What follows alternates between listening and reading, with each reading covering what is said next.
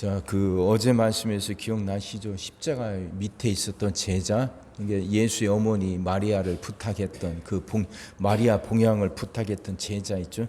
그 제자 이야기가 또 나옵니다. 그러니까 35절 보세요. 이를 본 자가 증언하였으니 하잖아요. 여기서 말하는 이를 본 자가 바로 그 제자입니다.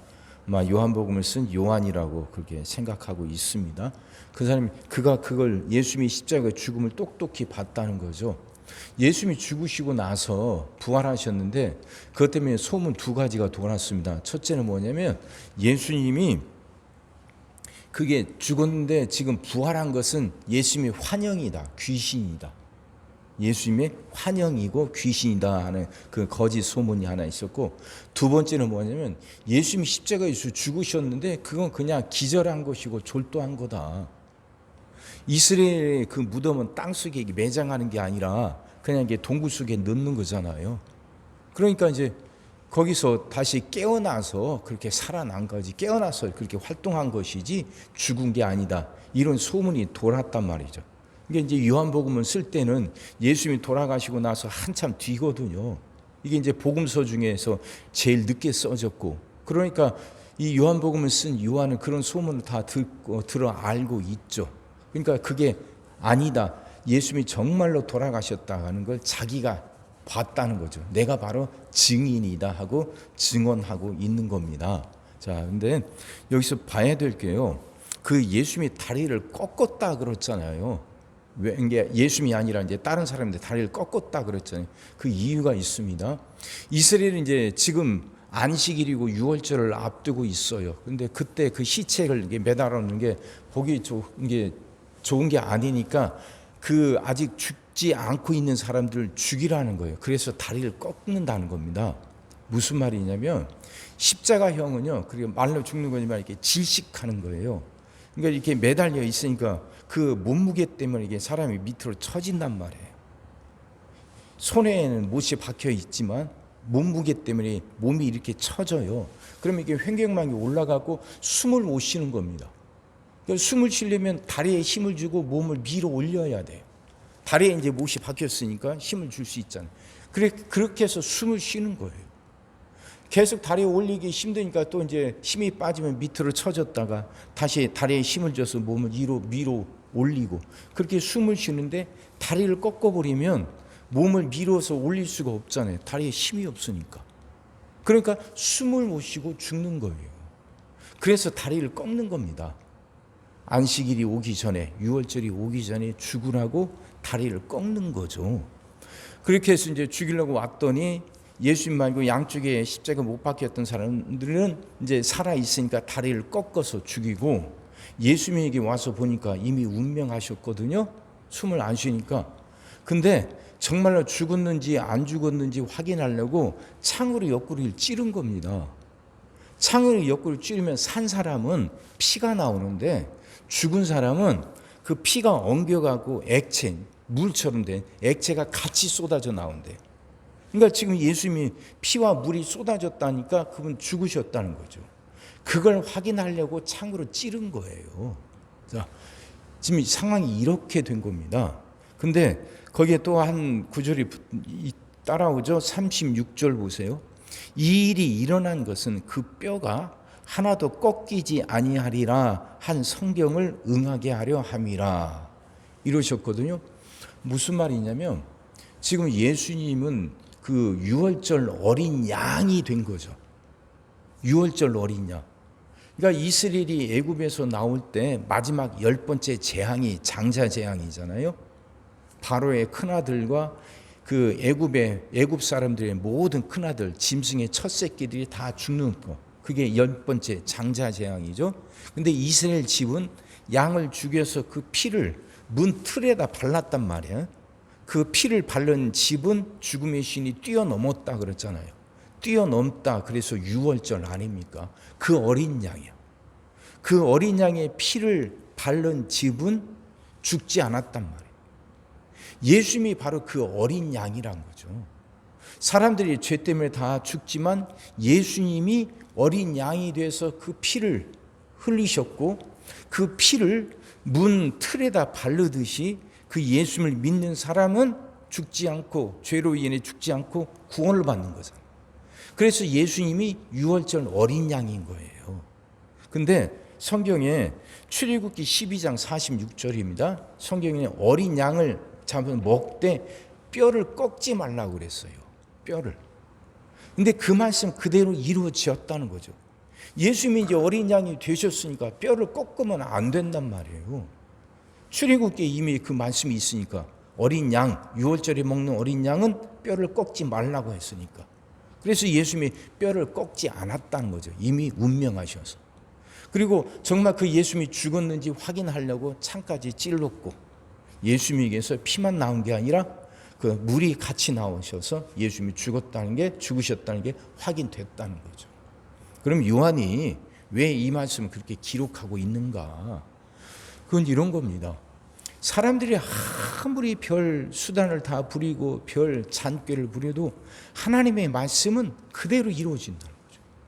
그러니까 이 말씀대로 36절 다시 보세요. 이 일이 일어난 것은 그 뼈가 하나도 꺾이지 아니하리라 한 성경을 응하게 하려 함이라. 성경을 응하게 하려 함이라. 성경에 기록된 대로 그대로 됐다는 거죠. 이 군인들이, 로마 군인들이 성경 말씀이 이런 말씀이 있다는 거 알기나 했겠어요? 어린 양의 뼈를 꺾어서는 안 된다는 구절이 있다는 걸 알기나 했겠냐고요. 근데 그들은 지금 어떻게든 예수님 죽이려고 하고 어떻게든 그렇게 방해를 하는데 그 하나님의 말씀은, 예수님을 통해서 이루어질 하나님의 말씀은 그대로 이루어진다. 하나님이 그렇게 일하셔요. 악한 사람을 통해서도 하나님은 그 뜻을 반드시 이루고야 마셔요. 요란하진 않아요. 막 무슨 막 기적이 일어나고 막 천둥 번개가 치고 막 땅에 지진이 일어나고 그러진 않아요. 엘리야가 호렙산에서 하나님의 음성을 듣잖아요. 천둥 번개가 치고 하니까 거기 나가보죠. 하나님의 음성이 들릴까 아니면 계실까 했더니 안 계시잖아요. 막 지진이 일어나고 막 이런데도 안 계시잖아요. 하나님이 세미한 음성으로 들려오잖아요. 하나님이 그렇게 일하실 때가 많아요. 우리 삶 속에서 하나님 뜻은 이루어지고야 말아요. 하나님의 약속은 절대로 파기되지 않거든요. 아브라함이 아들 낳는 건 사라를 통해서 낳는 거예요. 아브라함이 그걸 못 견디고 하가를 통해서도 아들을 낳아봤지만 그게 아니잖아요. 결국은 사라를 통해서 아브라함과 사라가 믿음을 그렇게 끝까지 지키지 못하고 흔들리기도 했지만 하나님은 그럼에도 불구하고 하나님은 그 약속을 끝까지 지키시듯이 하나님의 말씀은 그대로 이루어져요. 우리와 함께 하신다 하나님 말씀, 우리의 삶을 생육하고 번성하고 정복하고 다스리며 사는 복된 삶으로 바꾸시라고, 우리가 그런 삶을 살게 하리라고 하신 하나님의 말씀은 그대로 이루어지는 거예요. 누구도 하나님을 방해하지 못하고 가로막지 못합니다. 어떤 장애물도 하나님의 말씀이 이루어지는 걸 막을 수는 없습니다. 그럼 그걸 믿고 살아가는 거예요. 그걸 믿고. 악한 사람들이 나를 그렇게 방해하고 괴롭히고 하더라도 그들이 결코 우리를 멸망시키거나 망가뜨리지 못해요. 별 수단을 다 부려도 내가 하나님 붙잡고 서 있는 한 그들 결코 우리를 망가뜨리지 못해요. 그러니 두려워할 것도 없어요. 흔들릴 것도 없어요. 하나님 말씀 붙들고 뭉뚱게 뚜벅게 빤듯하게 서서 뚜벅뚜벅 걸어가는 거죠. 하나님 뜻은 그대로 이루어지잖아요. 그렇게 흔들림 없이 하나님 붙들고 승리하며 살아가는 여러분과 제가 되기를 주의 이름으로 축원합니다. 기도하겠습니다. 사랑의 주님, 말씀이 이해가 되게 하시고 깨달아지게 하시고 은혜가 되게 하여 주시옵소서. 예수님을 통해서 일하시는 하나님의 그 역사가, 그 하나님의 계획이 그대로 이루어지고야 만다는 것, 그 어떤 누구도 그 어떤 세력도 방해할 수 없고 하나님 말씀은 반드시 이루어진다는 것, 오늘 말씀을 통해서 우리가 이제 분명히 깨닫게 하여 주시옵시고 이제 그 말씀 믿고 살아가게 하여 주옵소서. 우리도 살아가면서 많은 어려움들 당합니다. 많은 장애물들이 우리를 가로막을 때 있고 많은 사람들이 우리를 괴롭히고 흔들릴 때도 있습니다. 그래서 정말 하나님이 나를 사랑하시는가, 하나님이 계신다면 어떻게 이런 일이 일어나는가 싶을 만큼 우리를 힘들게 하는 순간들도 있습니다. 하지만 하나님, 그럴 때도 오늘 말씀 기억하면서 그것들을 이겨낼 수 있게 하여 주옵소서. 그런 많은 장애물이 있음에도 불구하고, 그 많은 방해가 있음에도 불구하고 하나님의 뜻은 그대로 이루어지고야 만다는 것, 그 어떤 상황 속에서도 하나님은 나와 함께 하시고 나를 지키신다는 걸 분명히 믿게 하시사 두려워하지 않게 하시고 흔들리지 않게 하시고 낙심하지 않게 하여 주옵소서.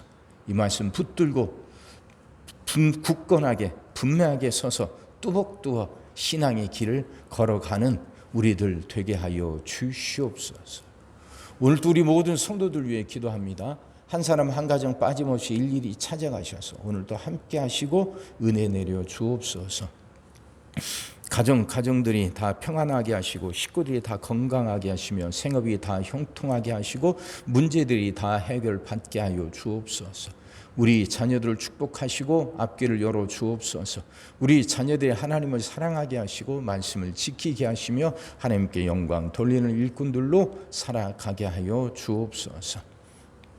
하나님, 우리 성도들에게 세뇌를 허락하여 주옵소서. 성도들은 질병을 이겨내고 물질의 어려움을 극복하고 수많은 문제를 해결하며 살아가는 그 세뇌를 살게 하시고, 교회도 예배가 살아나 빈자리가 가득 채워지며 언제나 생명의 역사가 일어나는 세뇌를 살게 하여 주옵소서. 오늘 하루도 모든 성도들 눈동자처럼 지키시고 복된 길로 인도하여 주옵소서. 믿사옵고 예수님의 이름으로 기도하옵나이다. 아멘.